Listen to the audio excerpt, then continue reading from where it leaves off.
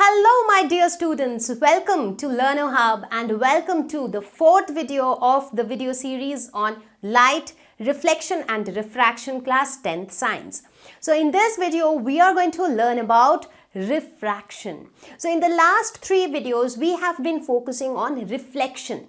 So now it's time to take a step ahead and talk about refraction. Now, as we talk about refraction, we will also talk about some of the related concepts like rarer and denser medium, refractive index, and we will also introduce you to lenses. Now, that's a super duper important topic again. So, are you all ready to learn with me? Let's get started.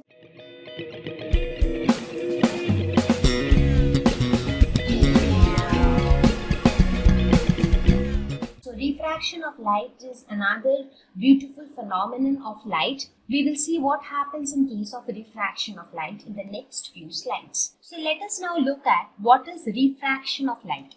Till now we spoke about the reflection of light, which meant the bending or the bouncing back of light when it strikes a boundary between two media.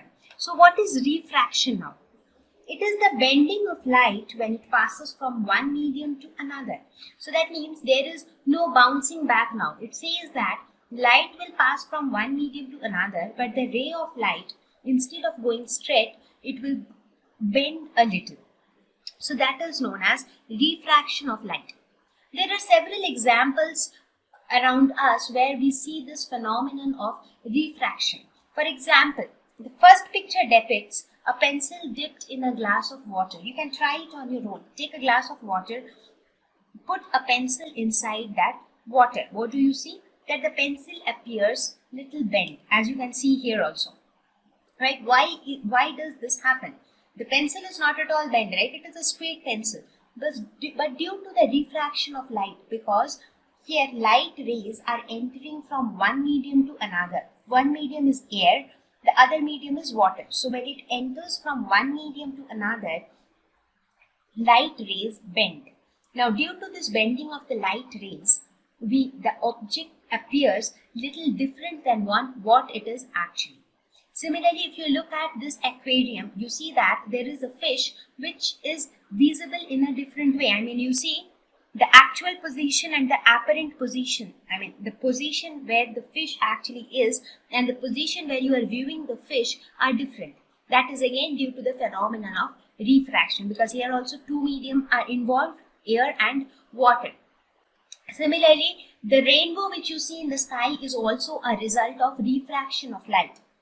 Mostly you would have seen that a rainbow is observed after rainfall, when one part of the sky is little sunny, whereas the other part is little cloudy, you generally see a rainbow. So this rainbow is also formed as a result of refraction. So we will discuss about the formation of rainbow in detail in one of the later slides. So for now, let us try to focus on the phenomenon of refraction. What actually happens in refraction? Now, similar to reflection, there are two laws of refraction as well, which has to be universally followed wherever refraction takes place. Now, in case of refraction, again, we have some of the terminologies. That is the incident ray, the ray which falls on the surface between the two media. In this case, let us suppose this is medium 1, this is medium 2. This is my incident ray and this is my refracted ray, right? Because here if you see, the incident ray should have gone like this, but instead of that it gets slightly bent. So this becomes your refracted ray, and this normal is again the same thing, that is perpendicular to the surface. So the first law says that incident ray, refracted ray and normal to the interface at the point of incidence all lie on the same plane. So it is similar to the law of reflection, which says that the incident ray, reflected ray and normal should lie on the same plane. So this also says the same thing. The second law says that the ratio of sine of angle of incidence to sine of angle of refraction is a constant for a specific light of a specific color and for a specific pair of media. That means in this case, this is my angle of incidence, that is the angle which is formed between the incident ray and normal. Similarly, the angle formed between the normal and the refracted ray is known as angle of refraction. So here Theta 1 is angle of incidence and theta 2 is angle of refraction. So the second law says that sine of angle of incidence by sine of angle of refraction is equal to constant. Now, this ratio will remain constant only for a specific pair of media. For example, if this is air and this is water, so the value of sine theta 1 by sine theta 2 will remain same only for this pair. Now, if you keep glass instead of water, the value of this ratio will change. So that means this is constant only for a specific light of a specific color. That means for a light of a specific wavelength, because if the color of the light changes, the wavelength also changes. So this is true only for a specific pair of media and for a specific wavelength of light. So this law is often known as the Snell's law. This is often known as the Snell's law. It is named after the scientist Snell. Okay.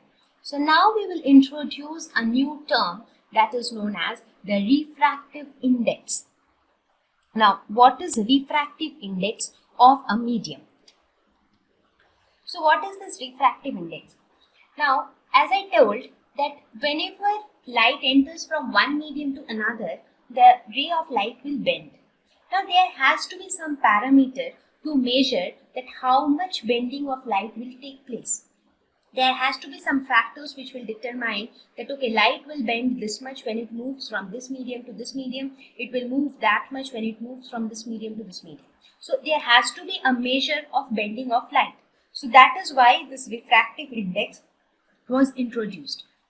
It is the measure of bending of light during refraction. That means how much or to what extent is the ray of light bending when it enters from one medium to another medium. So how is it defined? It is defined as the ratio of the sine of angle of incidence to the sine of angle of refraction. Just now we saw in Snell's law that sine of angle of incidence to the sine of angle of refraction is constant.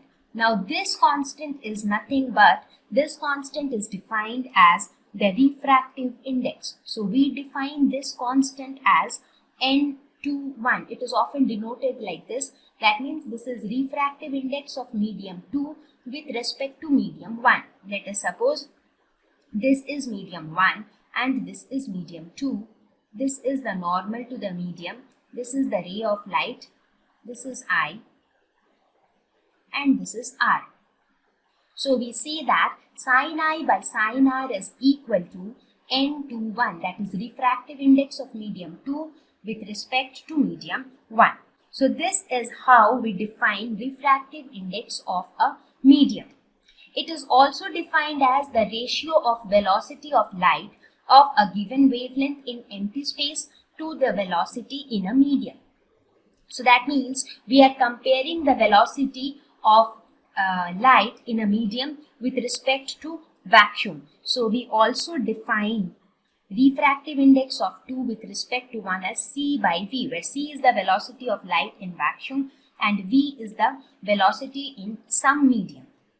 Now there is another important relationship, that is refractive index of medium 2 with respect to 1 is equal to 1 divided by refractive index of 1 with respect to 2. So they are reciprocal of each other. Right? Refractive index of 2 with respect to 1 is equal to 1 upon refractive index of 1 with respect to 2. Now, from these definitions of refractive index, we can say that refractive index depends on nature of the medium.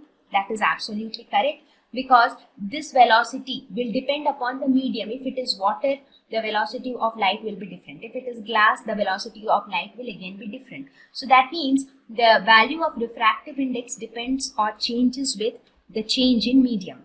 It is independent of angle of incidence. Right? So nature of the medium is the only thing that governs the value of refractive index. It doesn't matter at what angle of incidence the incident ray falls on the surface between the two media, right? So the only parallel, that means refractive index is a unique for every medium. Every medium has a refractive index of its own. Now, depending on the value of the refractive index, we can then judge the bending of light, how much the light will bend. Refractive index is the parameter which will tell us about the optical density of a medium. For example, whenever we talk of medium, we categorize them into two types. We say optically rarer medium and optically denser medium. So in this case, when we talk of density, we are not talking about mass density. We are talking about how dense is that medium to refract light. If the medium has very high refractive index, that means we say that it is optically denser medium. That means if light enters into that medium, the bending will be more. Similarly, if the value of the refractive index is very less, we say that the medium is an optically rarer medium, right? So value of refractive index also tells us about the nature of the medium. And the properties of a specific medium determines how much refraction will take place in that medium or how much bending will take place in that medium. So whenever we talk about optically denser medium, it has higher refractive index. Optically rarer medium always have lower refractive index. Let us take this example. Let us suppose I have two medium, medium 1 and medium 2. Now let us suppose if I say that n21, what is n21? Refractive index of medium 2 with respect to medium 1. If n21 is greater than 1, what does this mean? This means that refractive index of 2 with respect to 1 is greater than 1.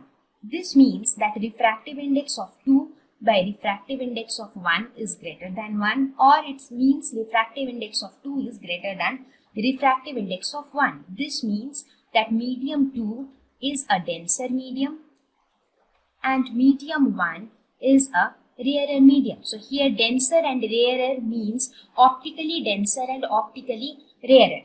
Similarly, if we say that n21 is less than 1, this implies that refractive index of 2 is lesser than refractive index of 1. This means that 2 is a rarer medium and 1 is a denser medium. Now please make a note that here optical density is not related to mass density of the medium in any ways. Mass density talks about mass per unit volume. But when I talk about optical density, it means how dense or how much more dense or how much less dense is the medium to bend a ray of light. So if the refractive index is more, it will bend the light more. If the refractive index is less, it will bend the light less. Right? So now you understand the significance of refractive index and why it is called refractive index. It is called refractive index because it is an index which defines the extent of refraction. That is how much refraction will take place. So now in the entire lesson, instead of using the term optically denser and optically rarer, we will use the terms rarer and denser medium. Right? So now let us see what happens when a ray of light enters from a rarer medium to a denser medium. Now whenever a ray of light enters from a rarer medium to a denser medium, it always bends towards the normal. Now why does that happen? Let us look at it. Let us suppose this is medium 1 and this is medium 2. This is my rarer medium and this is my denser medium. This is the normal and let us suppose this is my incident ray. So now it will bend, that we know, but how much will it bend and how will it bend? Now from Snell's law, what do we know? We know that sin I by sin R is equal to n21. That is refractive index of 2 with respect to 1. So now we are telling that 1 is rarer medium and 2 is denser medium. That means from the previous slide, we can say that this implies n21 is greater than 1. That means refractive index of 2 is greater than the refractive index of 1. Now if n21 is greater than 1, then we can say that sin I by sin R, which is equal to n21, is also greater than 1. That means sin I is greater than sin R. So from this we can say that I is greater than R. So this angle of incidence will be greater than the angle of refraction. That means this angle should be smaller. So when will this angle be smaller? Let us suppose if there is no bending, then it should go like this. In that case, angle I and angle R will be same. But whenever bending is there, if it moves towards the normal, then angle of refraction will be less. Right?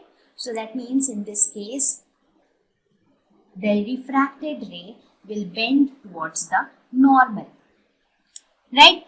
That is why a ray of light moving from a rarer medium to a denser medium always bends towards the normal. Whereas a ray of light moving from a denser medium to a rarer medium moves away from the normal. We can prove this in a similar manner. Let us suppose here we have medium 1 and medium 2. This is denser and this is rarer. This is my normal. This is my incident ray. This is the angle of incidence. Now in this case what will happen? Sin I by sin R here also is equal to n2 1. Now in this case, since 2 is rarer medium, that means n2 1 will be less than 1. That is n2. This implies sin I by sin R is less than 1. This implies I is less than 1. That means angle of incidence is less than angle of refraction. So that is possible only when this ray goes away from the normal. In that case, angle R will be greater than angle I. Right? So here in this case, the refracted ray goes away from the normal after refraction. So that means now you are getting the idea that when a ray of light enters from one medium to another medium, due to the difference in refractive index, it either bends towards the normal or it bends away from the normal. And this bending of light is known as a refraction of light. Now let us look at the phenomenon of refraction through a glass slab. What happens when a ray of light passes through a glass slab? That is, it first enters from air to glass slab, then again it moves from glass to air. That means there are two transitions. First there is a change in medium when it enters from air to glass. Again there is a change in medium when it moves from glass to air. Now what happens in this case? Let me name this medium as medium 1. This is medium 2. And then again this is medium 3. These are the three different mediums through which the ray of light passes. What happens when this incident ray strikes this medium between 1 and 2? What is the normal to the medium? This is my normal to the surface, right? So this is my angle of incidence I1 and this is the refraction because it enters from a rarer medium to a denser medium. Because which is a denser medium? Because the refractive index of air is 1 and the refractive index of glass is greater than 1. So glass is a denser medium than air. Right? So it is entering from a rarer medium to a denser medium. So it bends towards the normal. And then again it moves straight. Again it reaches at this point when it enters from a denser medium to a rarer medium. So what it does, it goes away from the normal. So in this case, the angle of incidence is I2 and the angle of refraction is R2. So what do you see? This was your incident ray which entered the glass slab. And this was the ray which emerged out from the glass slab. So this ray is known as the incident ray because it was incident on the glass slab. This ray is known as the refracted ray. And this ray which comes out of the glass slab is known as the emergent ray. Now, what do you see? You observe one interesting thing that if you assume that there had been no glass slab, had there been no glass slab, your incident ray would have moved straight like this. Now, if you see, if there would have been no glass slab and if somebody would have observed, he would have observed this incident ray, right? But now if you place a glass slab, the ray which is coming out is this emergent ray and this emergent ray will be visible to somebody who is observing it. So that means somebody who is observing an object is not observing the real position of that object, because there is a lateral shift involved between the actual incident ray and the emergent ray, and the emergent ray is the one which reaches the eye of the observer, and as a result, let us suppose if this ray reaches the observer's eye, he will assume that the object or the incident ray is coming from some point here. So that means, but actually the incident ray's source is here. So the person will observe this point. So the person will think that the source of the incident ray is here. And this is the result. Why?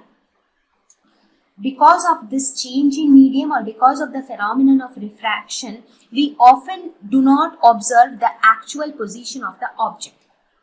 Now, in one of our previous slides, I gave you some examples of refraction, right? Those examples you can understand, or you can explain those examples on basis of this concept, right? So now, in this case, another important thing which we can discuss is refractive index of medium 2 with respect to medium 1 will be equal to 1 by refractive index of medium 1 with respect to medium 2.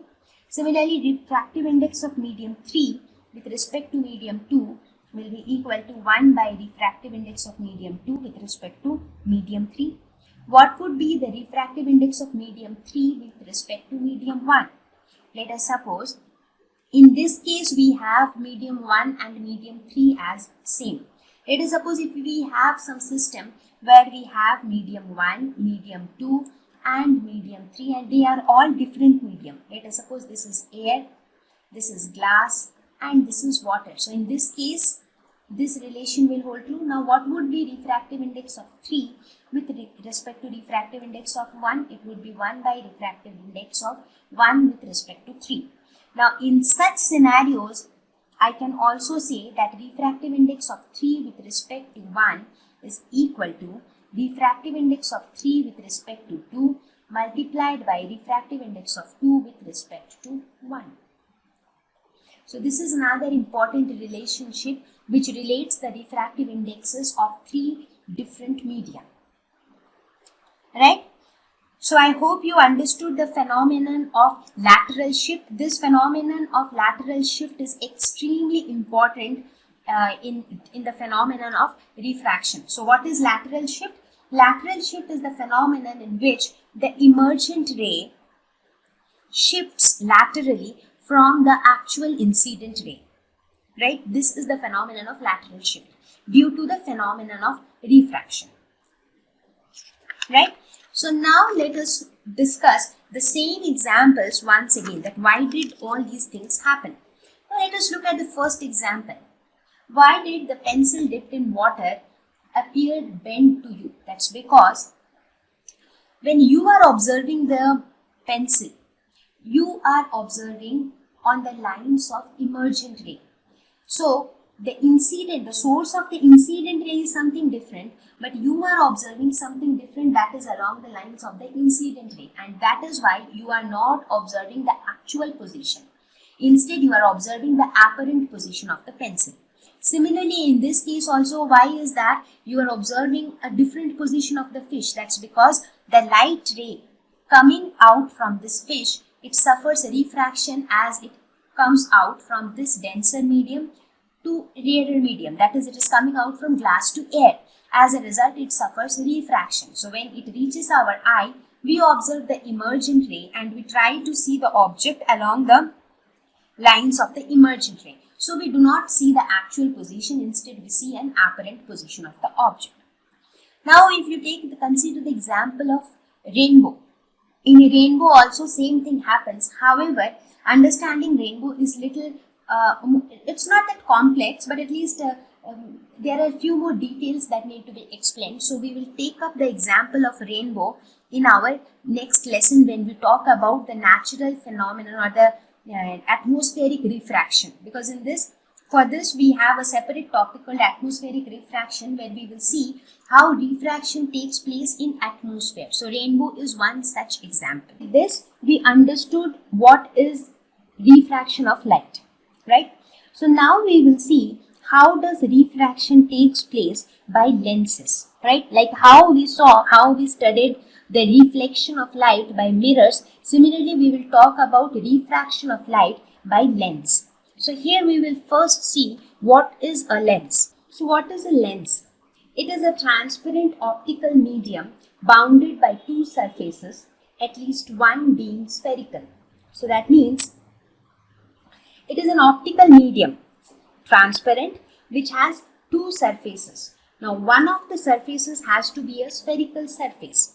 That means there are different types of lenses that can be formed. You can have one spherical surface, one plane surface. You can have both spherical surfaces. You can have both spherical surfaces in this way. You can have one spherical surface and another as well spherical surface. So there are different types of lenses that can be formed by different combination of spherical surfaces. However, we divide lens into two broad categories, that is simple lenses and compound lenses. Now what are simple lenses?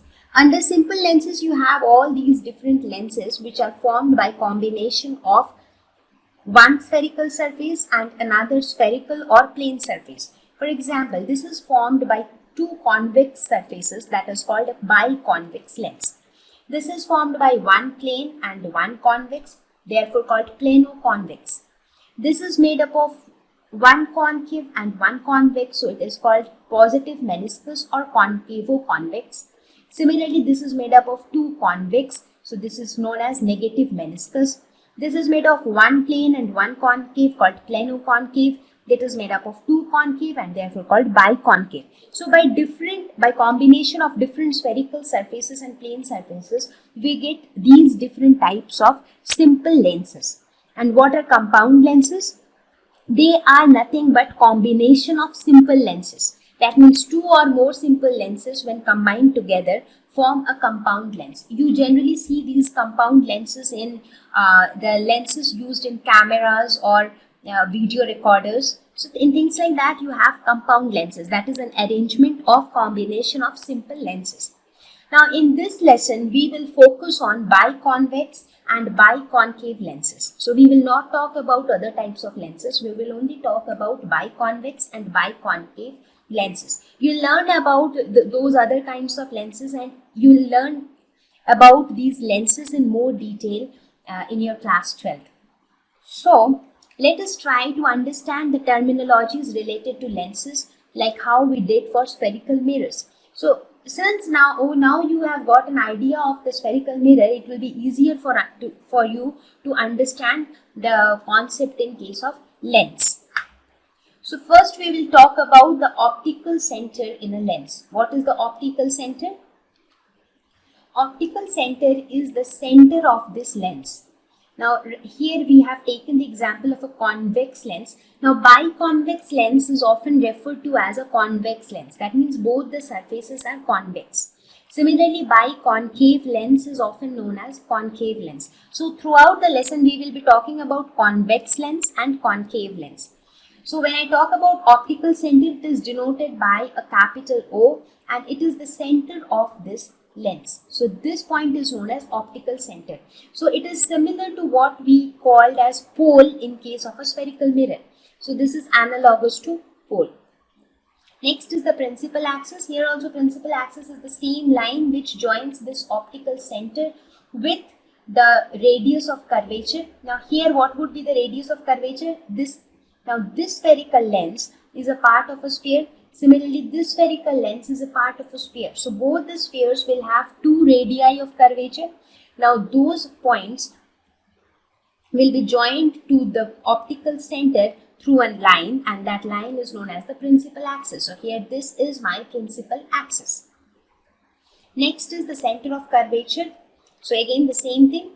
It is a part of a sphere and the center of that sphere is known as the center of curvature. So this spherical surface will have one center of curvature. Again, this spherical surface will have another center of curvature. So there will be two center of curvature involved here. Radius of curvature, again, here we will have two radii of curvature. One radius will be the radius of this sphere. Another radius will be the radius of this sphere. Right? So here radius of curvature is denoted by R1 and R2. Similarly, center of curvature is denoted by C1 and C2 because we have two centers of curvature, two radii of curvature. That is why we have denotions for two. Next is principal focus. So what is principal focus in case of a convex lens? Now here in convex lens we see that when rays of light parallel to the principal axis falls on this lens, after passing through the lens they bend as expected, right? That is because it suffers refraction. It enters from a rarer to denser, again from denser to rarer. So as a result of refraction, it is seen that the rays of light appear to converge at a point. Now this point, as per definition of principal focus, what was the definition of principal focus?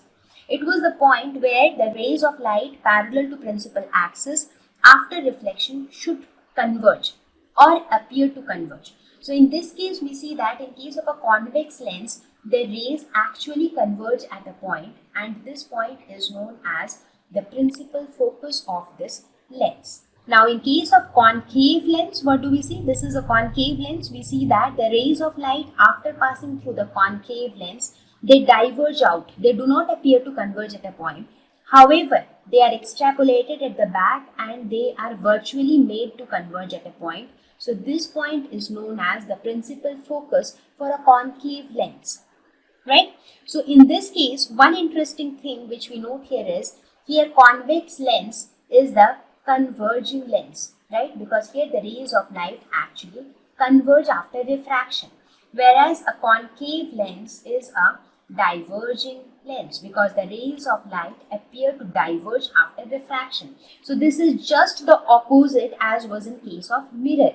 In case of mirror, a concave mirror was a converging mirror, but in lens, a convex lens is a converging lens. So please remember this, do not get confused.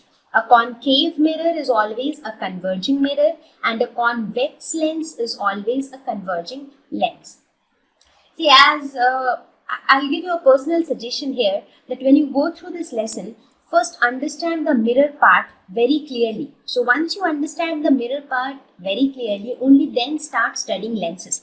Otherwise, you might get confused because if you study the entire lesson, just at one go, sometimes what happens is people get confused that which mirror is converging, which lens is diverging. So they get very much confused. So it is better that first you become thorough with your spherical mirrors, only then you start studying lenses. That will make things better, right? So what do we see here? So here we spoke about optical center, centers of curvature, radii of curvature, principal axis and principal focus. So now we will study the image formation by spherical lenses. Similar to spherical mirrors, there are certain rules that has to be followed for image formation by spherical lens as well. So let us quickly look at the rules.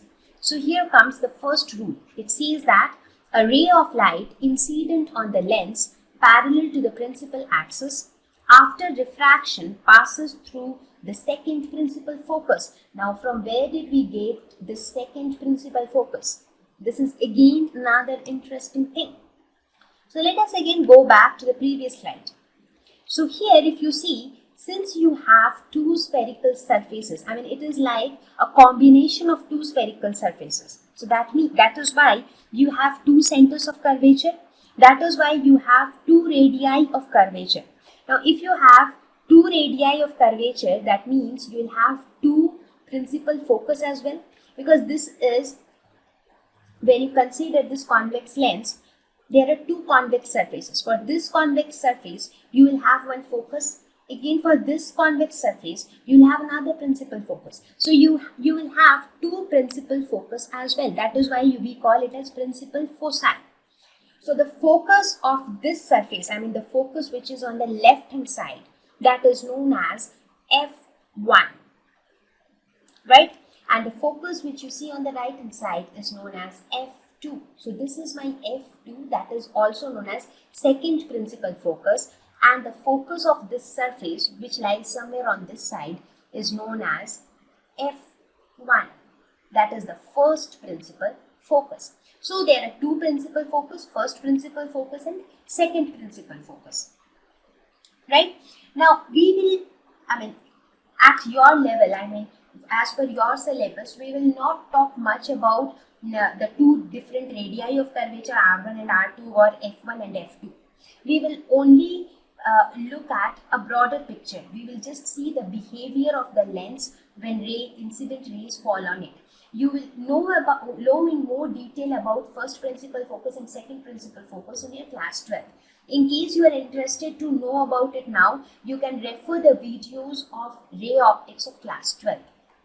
Okay, so for now we will keep it here and we will see what happens in the first rule. So first rule says that, so just to remember, you remember it in this way, that first principal focus is the one which is on the left hand side of the lens, whether it is a concave lens or a convex lens, and second principal focus is the one which is on the right hand side of the lens, right? So a ray of light which is incident on the lens parallel to the principal axis, after refraction it passes through the second principal focus. So this is how it passes through in case of a convex lens.